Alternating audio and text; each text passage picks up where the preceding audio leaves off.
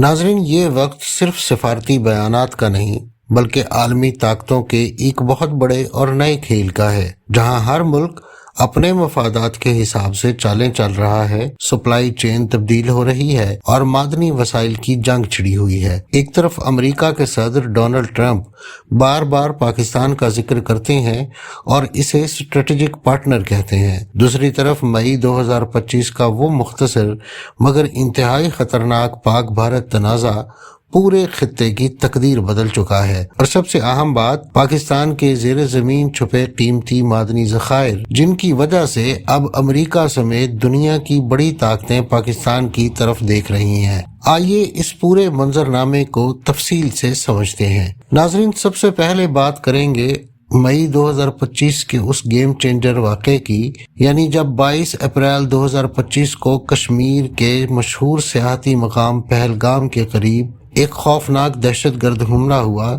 اور اس میں 25 ہندوستانی اور ایک نیپالی شہری شامل تھا، جنہیں گولیاں مار کر بے دردی سے مار دیا گیا۔ حملہ آوروں نے پہلے تو خود کو ریزسٹنس فرنٹ سے کہا، جو لشکر طیبہ کا پراکسی گروہ سمجھا جاتا ہے، لیکن کچھ دن بعد انہوں نے انکار بھی کر دیا۔ بھارت نے الزام پاکستان پر لگایا اور آپریشن سندور کا اعلان کیا۔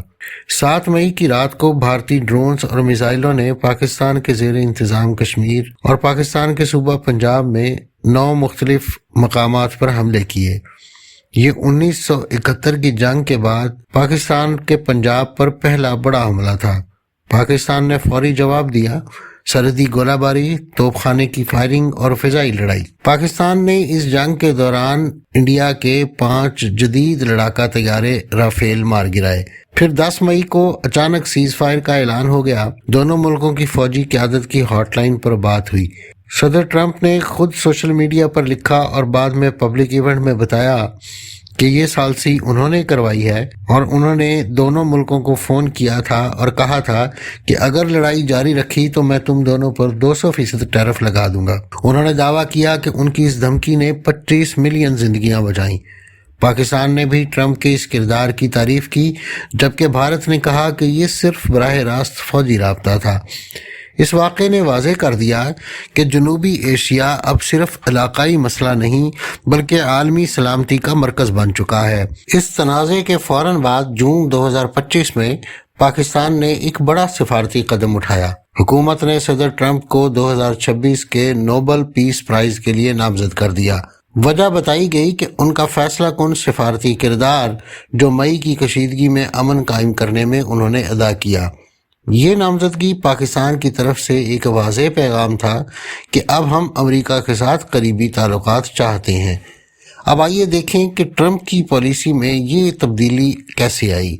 ٹرمپ کے پہلے دور صدارت میں 2018 میں تو پاکستان پر سخت الفاظ کہے گئے تھے اور امداد روک دی گئی تھی، لیکن دوسرے دور میں خاص طور پر مئی 2025 کے بعد سب بدل گیا۔ 31 جولائی 2025 کو پاکستان اور امریکہ کے درمیان ایک تاریخی 2 طرفہ تجارتی معاہدہ طے پایا اور پاکستان کی حکومت نے کہا کہ اس معاہدے سے امریکی مارکیٹ میں پاکستانی برآمدات پر ٹیرف کم ہو گئے ہیں، خاص طور پر ٹیکسٹائل، چمڑے اور زرعی مصنوعات پر۔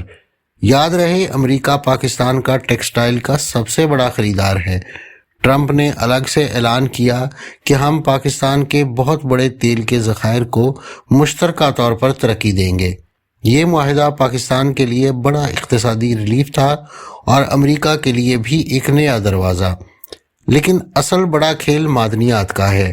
پاکستان کے پاس تانبا، سونا اور ریئر ارتھ ایلیمنٹس موجود ہیں، اور یہ معدنیات آج کی دنیا میں سونے سے بھی زیادہ قیمتی ہیں، کیونکہ یہ الیکٹرک گاڑیوں، wind turbines, mobile phones, computer chips اور جدید جنگی ہتھیاروں کے لیے لازمی ہیں۔ اور چین آج دنیا کی تقریباً 90% ریئر ارتھ پروسیسنگ کنٹرول کرتا ہے۔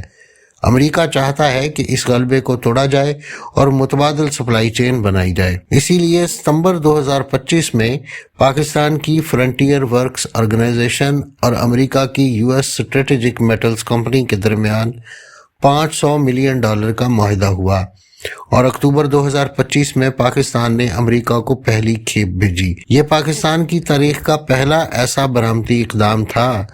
پھر فروری 2026 میں امریکہ نے ایک اور بڑا اعلان کیا، ریکوڈے کاپر گولڈ پروجیکٹ کے لیے $1.3 بلین کی فنانسنگ۔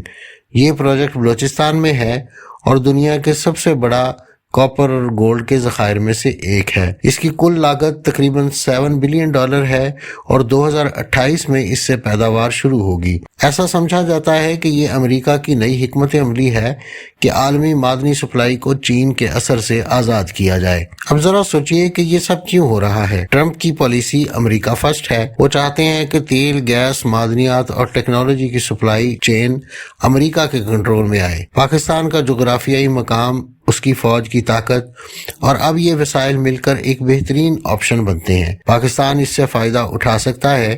اربوں ڈالر کی سرمایہ کاری، لاکھوں نوکریاں، جدید ٹیکنالوجی کا ٹرانسفر اور عالمی سطح پر اہمیت۔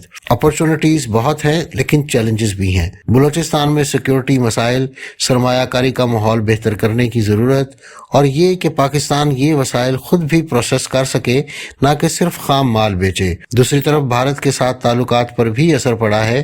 ٹرمپ نے بھارت پر 25 سے 50% ٹیرف لگائے جبکہ پاکستان کے لیے کم کیے۔ یہ واضح اشارہ ہے کہ امریکہ اب پاکستان کو بھی اہم سمجھ رہا ہے۔ خلاصہ یہ کہ آج کا پاکستان پرانا پاکستان نہیں رہا۔ مئی 2025 کے بعد نہ صرف یہ خطہ تبدیل ہوا ہے بلکہ عالمی طاقتوں کی نظریں بھی بدل گئی ہیں۔ ٹرمپ کی حکمت عملی، معدنیات کا کھیل اور پاکستان کی نئی پوزیشن مل کر ایک نئی کہانی لکھ رہے ہیں۔ اب پاکستان کو چاہیے کہ اس موقع کو اچھی طرح استعمال کرے، معیشت کو مضبوط کرے، امن قائم رکھے اور اپنے لوگوں کو فائدہ پہنچائے۔ ناظرین، یہ تھی آج کی ویڈیو۔ اگلی ویڈیو تک کے لیے مجھے اجازت دیجیے۔ اللہ حافظ۔